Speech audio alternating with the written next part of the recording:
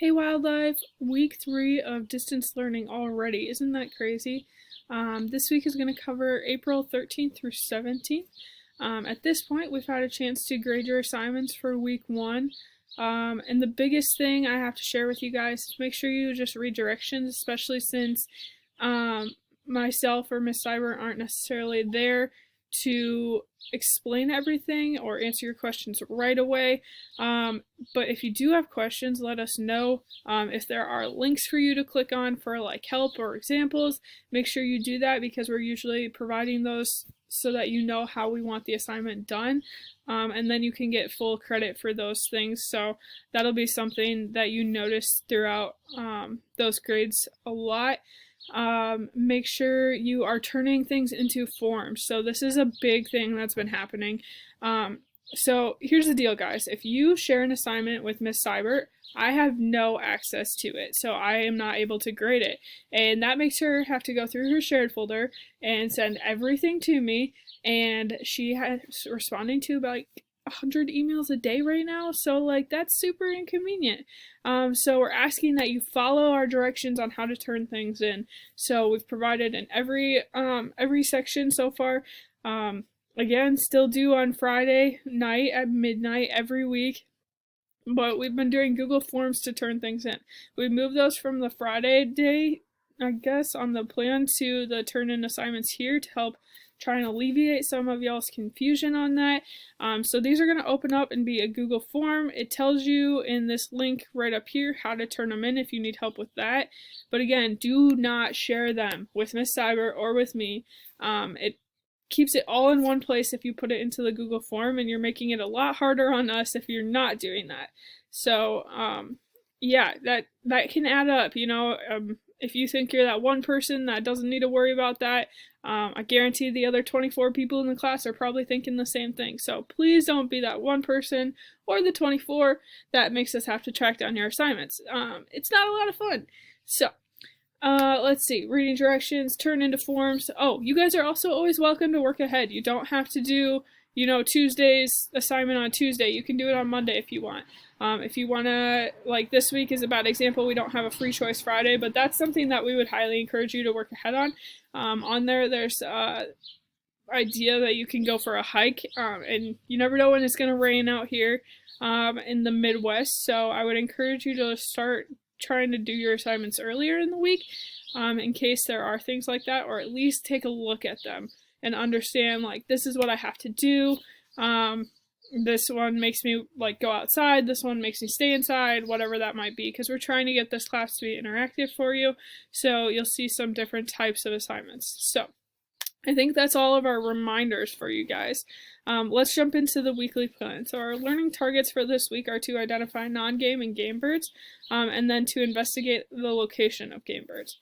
Our ongoing project is that SAE project. That's going to be on every week because it's a huge part of your grade, so make sure you do that. If you have any questions, contact Miss Cyber or myself. Your assignments should be turned into the turn in here form. Again, do not share them. And they're going to be due Friday, April 17th. So that's this Friday right here at midnight. If you need help, click the link. Again, do not share them so that I can grade them. Make my life easier. I'll make your life easier. Sound good? Let's do it. Alright, Monday, you don't have school because it's supposed to be part of your Easter break. You didn't have school scheduled originally, so we won't schedule an assignment for you. Yeah, that's pretty cool. Alright, I think I'll take the day off too, if that sounds good. Alright, Tuesday.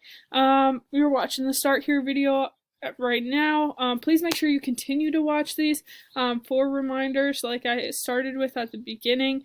Also, I don't really make them for you to not watch them. It's kind of offensive if you don't, and then if you send me an email that's really stupid, I'm going to judge you a little bit, and I'm probably just going to be a little snotty and be like, hey, did you watch the video? Because I totally talked about it. Cool.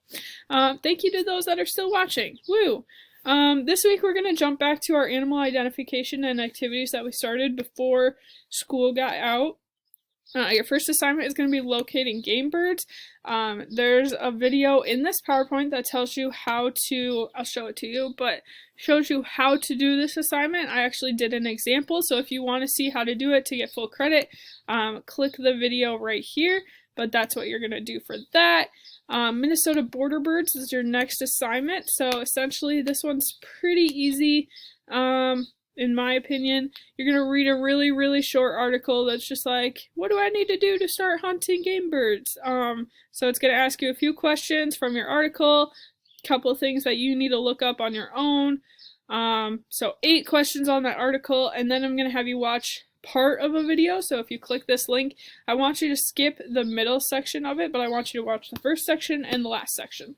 So, in those segments, there's a couple questions. Let's see, 4 questions about the video itself, and 3 things you learned from doing the overall assignment, with either learning from the article, the research that you did, or your video that you watched. So that one's up to you. So this should not take super long. I estimated about 20 minutes for that, hoping to keep it short for y'all. If you go back to Thursday and Friday, they're going to be pretty much the same. So what you're going to do is you're going to open up the PowerPoint. That'll show our flashcards that we created in class. They're going to look pretty similar once it loads to this guy right here. So all of them will have their picture, their characteristics. I went through and cleaned them up a little bit. Some of them weren't too great, but now they are, hopefully, or give you enough information that you should be able to identify it. So what we want you to do is look through these, kind of study them a little bit, because the way we're going to assess this is through a Google Forms quiz, and this is where it gets kind of tricky. So, realistically, do you have to study it? No, I guess, but I would really encourage you to, otherwise this test is going to take you forever, okay? So this quiz is going to be a little different. So, for non-game birds, I believe there's 32 of them, in your PowerPoint. This quiz is going to have 32 birds in it. What we're looking for you to do is get 10 of those correctly identified, in any of either of these quizzes this week for non-game birds and game birds. So you need to get 10 game birds, 10 non-game birds. That was kind of confusing. Made it better. Okay. So that's kind of illustrated in these instructions here. You can take the quiz multiple times, but it's going to reshuffle the questions each time. What I'm asking you to do, or what I'll take, is your highest score up to 10. So if you get 9 birds right out of 32, I'm going to give you a 9 out of 10 on your summative assessment in the gradebook. If you get 4 out of 32, I'm going to give you a 4 out of 10. If you get 15 out of 32, you're going to get a 10 out of 10. So the max score you can get is 10. If you want to save yourself some time, I would encourage you to study this. But you know what? You can do it however you want. If you find out that it is kind of a waste of your time, flip through them once real quick, go take the quiz if you feel confident. I'm cool with that. Honestly, no way of knowing other than if you don't get, 10 right. If you only get like 2 right, I'm going to probably tell you to look at the quiz. This is a really great opportunity for you guys to take control of your grade. I'm giving you unlimited retakes, unlimited time, so I would encourage you to take advantage of that. So let's see, Thursday is going to be non-game birds, so you have a PowerPoint and a quiz. Friday is going to be game birds, which we kind of talked about in the beginning of the week more, so that was your activity with the game birds. And you're going to do the same thing, take a minute to look at the PowerPoint, and then take the quiz. That should be it. Your turn-in boxes, you're only going to have turn-ins for these game plots and the Minnesota border birds right here. They're right below those assignments. You won't have a turn-in for these because they'll grade automatically. And I will say they'll tell you which ones you got wrong, but they're not going to tell you the right answer. So that's up to you to go through. You also can use your PowerPoint if you can do like a split screen, or you can have one up on your phone and one on a computer. I'm cool with you using your PowerPoint. The pictures are not going to be from the PowerPoint, so if you are looking for that picture on the PowerPoint, it's probably not going to be there. I tried to use different ones, and I think that's how I'm going to go about it, so that you actually have to try and work to like utilize those identifying characteristics. So I think that's all I have for you. Thank you so much for actually watching the video this week, if you did. And if you know of somebody that didn't, kick them in the butt and tell them to, because I spent a lot of time doing this and it's super cold outside and I'm freezing my butt off just to make this video, and I'm going to shut up now so that you can do your assignments. Good luck! Bye!